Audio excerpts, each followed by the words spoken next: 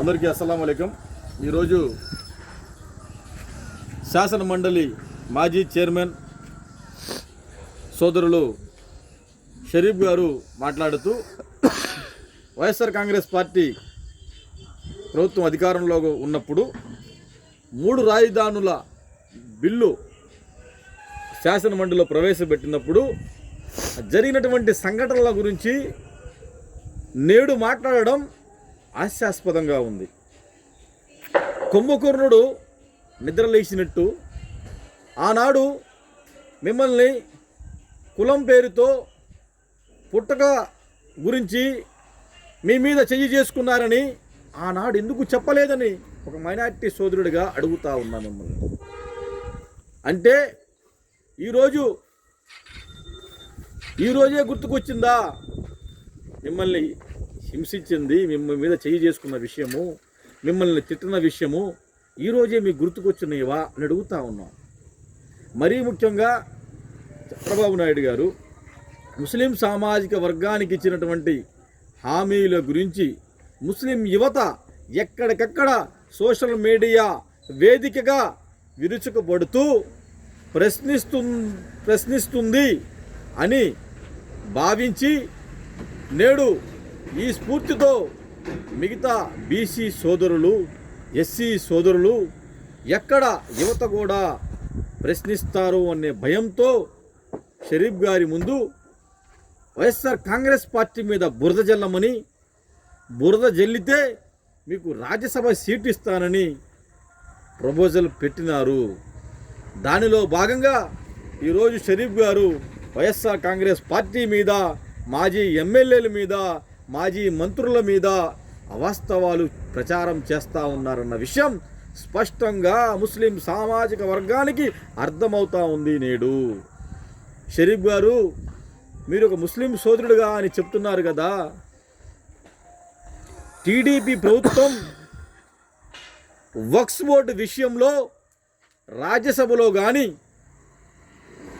పార్లమెంట్లో కానీ బిల్లు ప్రవేశపెట్టినప్పుడు అప్పుడు గుర్తుకు రాలేదా నేను ముస్లిం సామాజిక వర్గానికి చెందిన బిడ్డనని? ఎందుకు అడ్డుకోలేదు? ఎందుకు ఆ పార్టీకి మీరు రాజీనామా చేయలేదు అని అడుగుతా ఉన్నాం. ముస్లిం సోదరుడిగా, ముస్లిం బిడ్డగా. అదేవిధంగా మన సామాజిక వర్గానికి ఇచ్చినటువంటి హామీలు 50 ఏళ్లకి పెన్షన్ ఏమైంది? మన సామాజిక వర్గానికి ఈద్గాల కోసం, ముస్లిం శ్మశాన వాటికల కోసం స్థలాలు కేటాయిస్తామని చెప్పిన హామీ ఏమైంది? అదేవిధంగా నిన్నగాక మొన్న మన సామాజిక వర్గంలోకి చెందినటువంటి మన బిడ్డ సింగరాయి కొండలో ఇషాకు చనిపోతే ఇంతవరకు దర్యాప్తు చేయకుండా మీ టీడీపీ పార్టీకి చెందినటువంటి ఎమ్మెల్యే సాక్ష్యాలను తారుమారు చేస్తూ ఉన్నప్పుడు ఆ కన్న తల్లి మాతృఘోష మీకు కనబడడం లేదా? మీకు మాత్రం మీ రాజ్యసభ సీటు ముఖ్యం. దానికోసం మన జాతిని, మన మతాన్ని తాకట్టు పెడతా ఉన్నారు చంద్రబాబు నాయుడు దగ్గర. ఏది ఏమైనప్పటికీ షరీఫ్ గారు తెలుసుకోండి, భారతదేశంలోనే ముస్లిం సామాజిక వర్గాన్ని గుండెల్లో చూసినటువంటి ఏకైక నాయకుడు స్వర్గీయ వైఎస్ రాజశేఖర రెడ్డి గారు. ఆయన తర్వాత ఆయన తనయుడు జగన్మోహన్ రెడ్డి గారు మాత్రమే. జగన్మోహన్ రెడ్డి గారి ప్రభుత్వంలో 2 ఏళ్లు కరోనా పోయినప్పటికీ కూడా 3 ఏళ్లలో ముస్లిం సామాజిక వర్గం కోసం అక్షరాల 23,500 కోట్లు ఖర్చు పెట్టిన ఏకైక ముస్లిం పక్షపాతి ముఖ్యమంత్రి వైఎస్ జగన్మోహన్ రెడ్డి గారు అన్న విషయాన్ని గుర్తుపెట్టుకోండి.